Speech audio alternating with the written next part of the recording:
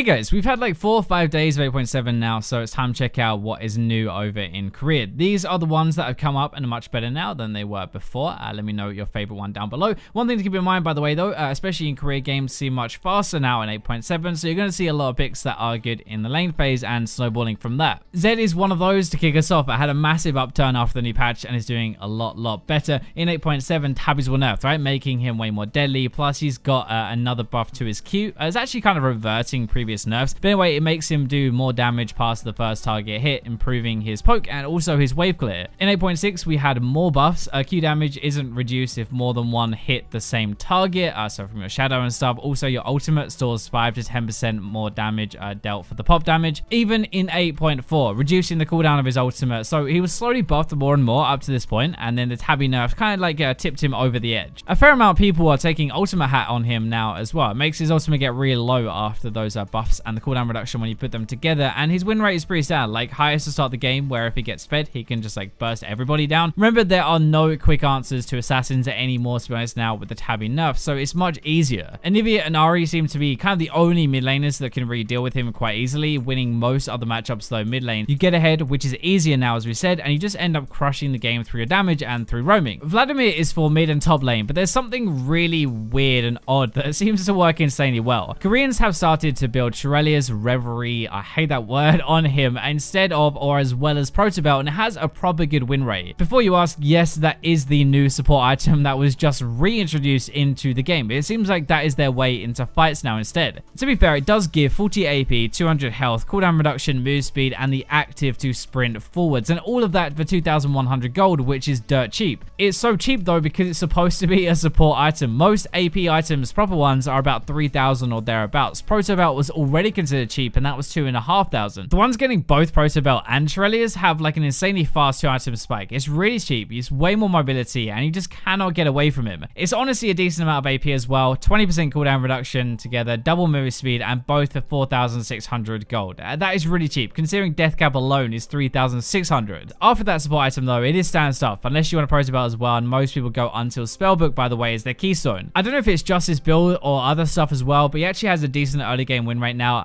He also has one of the best late game win rates, but that's pretty standard for Vlad. It's a bit of a weird build. It didn't take them very long though to abuse a support item to help him, and he actually seems a lot better. Kayn is going to be our first jungler of the video, and is a lot like Lee Sin, right? He can be fine, he can be pretty good, but he never has an amazing win rate, except right now. The tabby nerfs will have helped a lot for sure, same with Zed, but he also got a bunch of buffs to make him better. In 8.6, we had the bonus AD ratios go up on his Q and also on his ultimate, making him do way more damage if you build damage. 8.7 was the kicker though. Alongside the tabby nerfs, we had this buff to how he generates his passive points for his transformation. You now gain the same amount of points at level 1 than you used to gain from level 8. So for the first stage of the game, you're stacking as much as 3 times as fast. Kayn is notoriously good once he gets that transformation, and late game he is amazing. That's why his win rate is pretty much always low at the early stages while he's powering up, getting his items, getting like his transformation red or blue. Then he really spikes up mid game once he has the items. Both red and blue Kayn, by the way, are winning, so it is really up to you which you prefer. He's pretty even versus most bruisers. He can kind of struggle a little bit versus assassins if they get ahead to start with, though. You should be transforming earlier into the game now though, and that has always been his weakest phase, so that's really good. We're going to go into the bot lane now, and Jinx is one of the better AD carries, nowhere near as popular as the others, but she can definitely hard carry a game. Games are a bit shorter, right? And even though you don't think of Jinx as early game, Jinx is one of the best mid game picks now, which feels a bit weird to say. It's because in 8.2 though, they did a lot of work to her, but the main part was massively increasing the attack speed on her Q rather than having it scale with levels. It basically scales with ranks, not levels, so they took how Jinx plays and said, okay, let's just make her better 10 minutes earlier into the game instead. She's very simple to play, there's nothing different, she is just better. You get one reset, you're going to take over fights, no problem. A lot more people in Korea are taking these triple heal combos again, by the way, on AD carry. So Fleet Footwork, Overheal, and Bloodline. It's less damage, but it will keep you alive a lot longer. More than anything, you really want to dodge these like matchups that will stomp you early game, but otherwise you just kind of let your mid game damage carry basically. So you are just like a good pick, especially at lower ranks. Games are a bit quicker, and with more focused mid game, her buffs a while ago really come into play and make her really good. Sticking with the bot lane, just moving into supports, Rakan is one of the best playmaking supports now, if not the best actually. 8.6, he had buffs to his AP ratios and tweaks to his shielding. It's just a higher range in general now for any AD carry, only 300 better for Xayah rather than 400 better. Rakan being better for every AD makes him much more versatile, right? Before, his win rate was kind of over buffed when with Xayah, but brought down by average win rates with everybody else. Now that is kind of more like normalized, I guess. It has brought him up as a solid choice for pretty much every game. Taking Aerie as well, building stuff like Shurelya's or just some AP in general makes him do a lot of damage, and your all-in is more deadly because of that, because you're a big part of the damage now. We mentioned Aerie, but it is winning a lot more than Guardian now. You add in some more AP from Sense or other items, and that is what really makes him more deadly. Zeke's is also really solid on Rakan. When you dive in, you proc this, and everybody around you takes a lot more damage from the person that you pair with. I guess one way to look at this one is that he's the best of both worlds. He builds to protect with Sensor and Redemption, so he has a really, really good team fight. But he also can engage, which is really good for solo queue. He locks everybody down with crowd control. He's just kind of like a better scaling version of a Leona or an Alistar right now. Karthus is a bit weird because he keeps getting buffs and is slowly coming back more and more, but not just as a late game hyper carry anymore. He was given a buff to his Q in 8.7, 10 extra damage. It doesn't sound like a ton, but you spam this and it's also doubled when targets are isolated. That's 130 damage per Q now, which could turn into 260 if they're on their own. That's pretty grim. He also uses this double scaling build, which I always talk about, which is difficult to shut down, really good, makes you scale into a mid-game beast as well. That is the Rod of Ages and Archangels. Presence of Mind was also reworked in 8.7. 20% of your maximum mana refund plus refunds 10% of your ultimate cooldown. Your ultimate is actually a whopping 200 seconds rank 1, even 160 rank 3, so giving that much back, like 10% back per kill, is insanely good. That rune taken with Ultimate Hat and also Transcendence and Sorcery makes you have your ultimate up way more than before, and it's such a key part to your kit. The reason it has a 200 second cooldown rank 1 is because it's so impactful. This whole setup, like Aerie with Presence of Mind, secondary from Precision, wins so much more than anything else you can take from your runes. He's actually got a decent early game win rate now because of all of this before spiking back up late game, but when ahead you get more kills, which means more ultimate refund, more ultimates, and more snowball. Lane can be a little bit of a problem versus like a Cassiopeia or a Fizz, but apart from that, at least in career, he is doing fine matchup wise. The main thing is that Presence of Mind. He uses it so well. He was buffed anyway, he fits into the game as it is. It just gives him way more power without doing anything differently. So Wukong is for both junglers and top laners. You can take him in either role and dish out a really good beating. Tabby nerfs will have been the biggest thing coming into 8.7. You build double lethality, same as Zed or a Talon, which Tabby was really blocking. He was also buffed in 8.6. The AD growth was increased and Q-AD ratio upped from 10% to 50% rank 5. Wukong now seems to scale much better than before. He remains pretty weak before he gets items, but then he massively shoots up. We have a real style of play right now that is like group up and team fight that we have in this game, and it can't really get much better than his ultimate. Now you also cannot buy Tabbies who help survive. He is definitely going to stand a really good chance to nuke you down as well. A Guardian Angel is pretty much the only way to stop it, and when that's on cooldown, like, you're pretty screwed. I think Moby Boots is like the only real difference from us. They buy it, yes, on top lane as well as jungle, by the way. They run around, they stealth, they use the speed to get directly on top of people before it wears out. One of the cool things about the jungle though as well is that he dumps his Kha'Zix so far this patch. It seems like Kha'Zix is just kind of too squishy and Wukong can press R to burst him down. Wukong just does a load of damage, more than he already did before in 8.7 with the Tabby nerfs and with his buff as well. He has good roaming and a massive teamfight impact. This one is a little bit weird. Ezreal is nowhere near a new pick. He's always the most popular AD carry, but he's pretty much overpowered now in career or very close to it. Games are a lot faster right now, and that is the biggest thing. Ezreal has one of the best win rates pre 30 minutes out of any AD. So the big reason is because Ezreal gets his items so much faster than any other AD carry. A lot like what we talked about with Vlad a little bit. Ezreal can get 2 items for just over 5,000 gold and do a lot of damage. A crit AD carry needs about 6,000 for 2 items, boots really before they do a ton, so 7,000. That is a massive difference. What they're going to do is use that window to abuse and snowball the game to fight and get ahead because they're going to be much stronger, and that is what Ezreal is so good at doing. If you're ahead and you are fed, then Trinity Force still wins a lot more overall. It's really good, but it is expensive. So in most games, Iceborne Gauntlet gives you a quicker spike, and that is what you want to be trying to use. Ezreal is not a late game AD carry at all. This is why he's not for everybody. Past like 35 minutes into a game, he drops below a 50% win rate, but before that, he is really good. In career, he's going to beat champions like Kayn, like Jhin, even Xayah now, because he can win the lane phase and get ahead and then close out the game before they scale. It's one of those picks that takes a little bit of a while to practice and practice ending early as well. Like, if you're good though, you can really show it on Ezreal. You can dominate your lane phase, dominate mid game, and then win from that. The last one I want to mention is Kindred. She is the opposite of Ezreal. Like, if you can drag the game to over 40 minutes, you win a stupid amount of games. The most recent change was the Tabby nerfs, I guess, and press attack buffs as well. A few patches ago, both together would have helped her slightly, but they aren't like the most major changes. She isn't as popular over here, but she seems really solid throughout the game at the moment. There's no massive weak phase. They do go Warrior to buff their early game a little bit, then Rune and Infinity Edge, so it's way more of like a crit focus build rather than on hit style like we used to have. Remember, they also changed her passive system a little while ago, and it rewards stacking much